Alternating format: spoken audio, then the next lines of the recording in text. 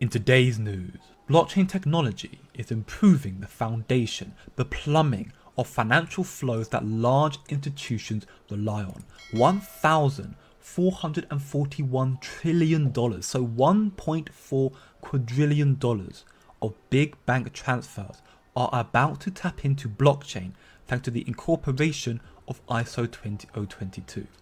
ISO 20022's interoperability has been compared to the early days of Bluetooth, short distance wireless communication, revolutionary technology that you probably take for granted right now, and maybe you've even forgotten that not too long ago we still had to plug in our earphones into our phone to listen to music as opposed to AirPods right now. And this revolutionary technology, ISO 20022, will become the global standard for secure, standardized financial communication. Everybody, everywhere, every bank and business will need to migrate. And contrary to misconceptions about ISO implementation next year, 2025 to 2026, the reality is the banks are actively adopting this technology right now. The urgency to integrate ISO 20022 into financial systems underscores its immediate significance in transforming the banking sector. Over $1.4 quadrillion in big bank transfers to institutions are undergoing the largest improvement in plumbing in history, thanks to blockchain technology, and 99% of stablecoin supply is backed to USD. Now, this is important for two reasons. Firstly, the demand for stablecoins is slowly rising, which has become more evident as the world shifts to blockchain and governments scramble to create policies and regulations for the stablecoins. As we can see, the United Kingdom will issue new legislation for stablecoins as well as crypto staking exchange and custody by June or July this year. I've viewed this video a bunch of times that at the Bitcoin Policy Summit, Congress in America were talking about the necessity and the imminent approval of stablecoin bills. And then of course we also have MiCA, the Market in Crypto Assets regulations that take effect again end of June this year. So evidently we are seeing a massive increase in demand, and this increase in demand may indirectly affect the $1.4 quadrillion by putting a strain on the United States dollar reserves.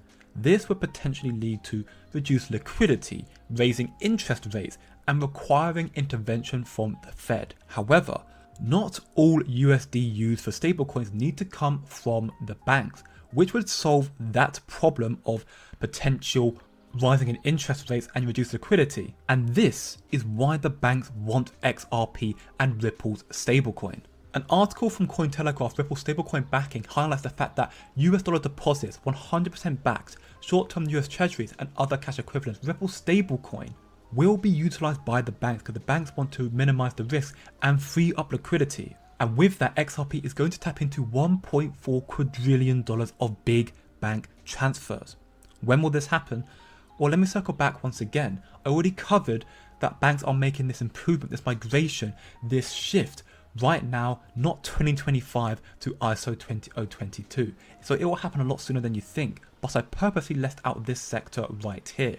Addressing the broader financial landscape, Basel III focuses on capital and reserves, while ISO 20022 emerges as a crucial component for the digital system.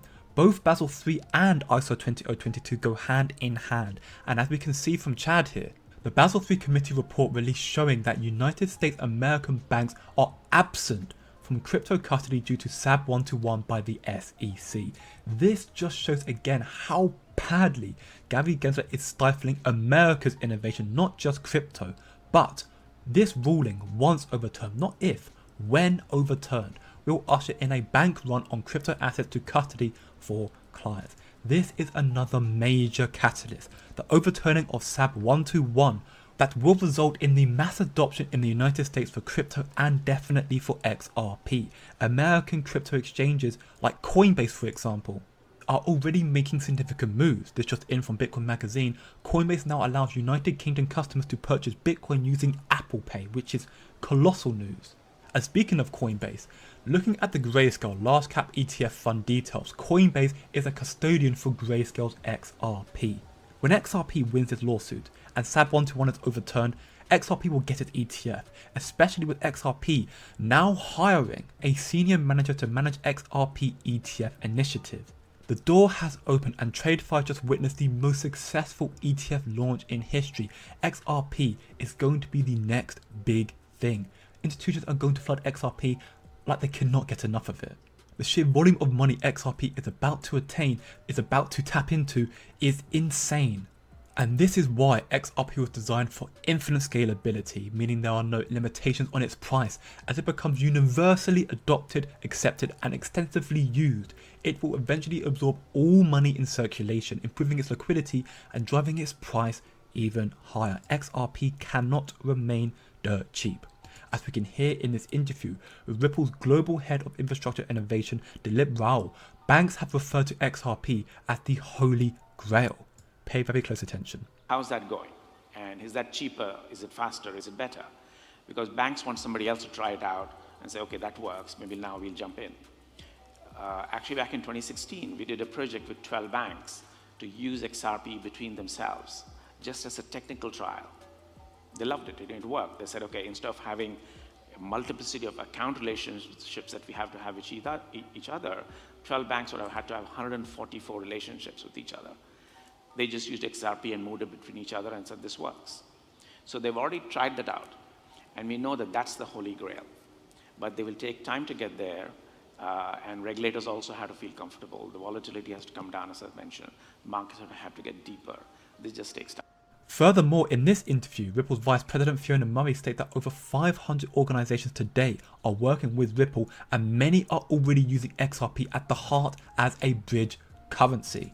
So it won't be Bitcoin. As stated in this interview, you can't give 7 billion people Bitcoin accounts because its first generation model is just not going to work. It's too slow. So that's why they are using Ripple and XRP. Yeah, and you can't give 7 billion people Bitcoin accounts because it's just too slow.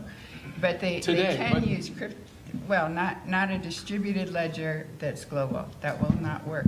And it's because of the whole nature of the concept of Bitcoin, which is like gold, which is a thing that you have to mine, and you have to track it from point to point to point, and supposedly you have to keep track of it. And all these computers, it already takes as much computing power to do one transaction or it takes as much electricity as a household uses in a day, and this is for a very small portion of the money supply. But I would say that the whole cryptography idea is great, and what has come off of blockchain is great. But the first generation of this model is not going to work. The banks themselves are not looking at blockchain. Well, Satoshi Nakamoto never used the term blockchain, so it's not really clear what a blockchain is. But they looked at blockchain at first, meaning a distributed ledger that was global, and they decided that it was too slow. And so now what they're using is something they're using Ripple, which is a series of blockchains or a series of ledgers, which is what banks do anyway. They clear ledgers within their own bank, and then at the next level they clear them at the level of the Federal Reserve, and at the next level they clear them through the SWIFT system. So this cryptography that they're looking at and using and liking is very efficient. It's good for everybody. It's cheaper. You don't have to have all these middlemen. But it is not literally a universal distributed ledger, which actually won't work. Thanks for watching, and I'll see you in the next one.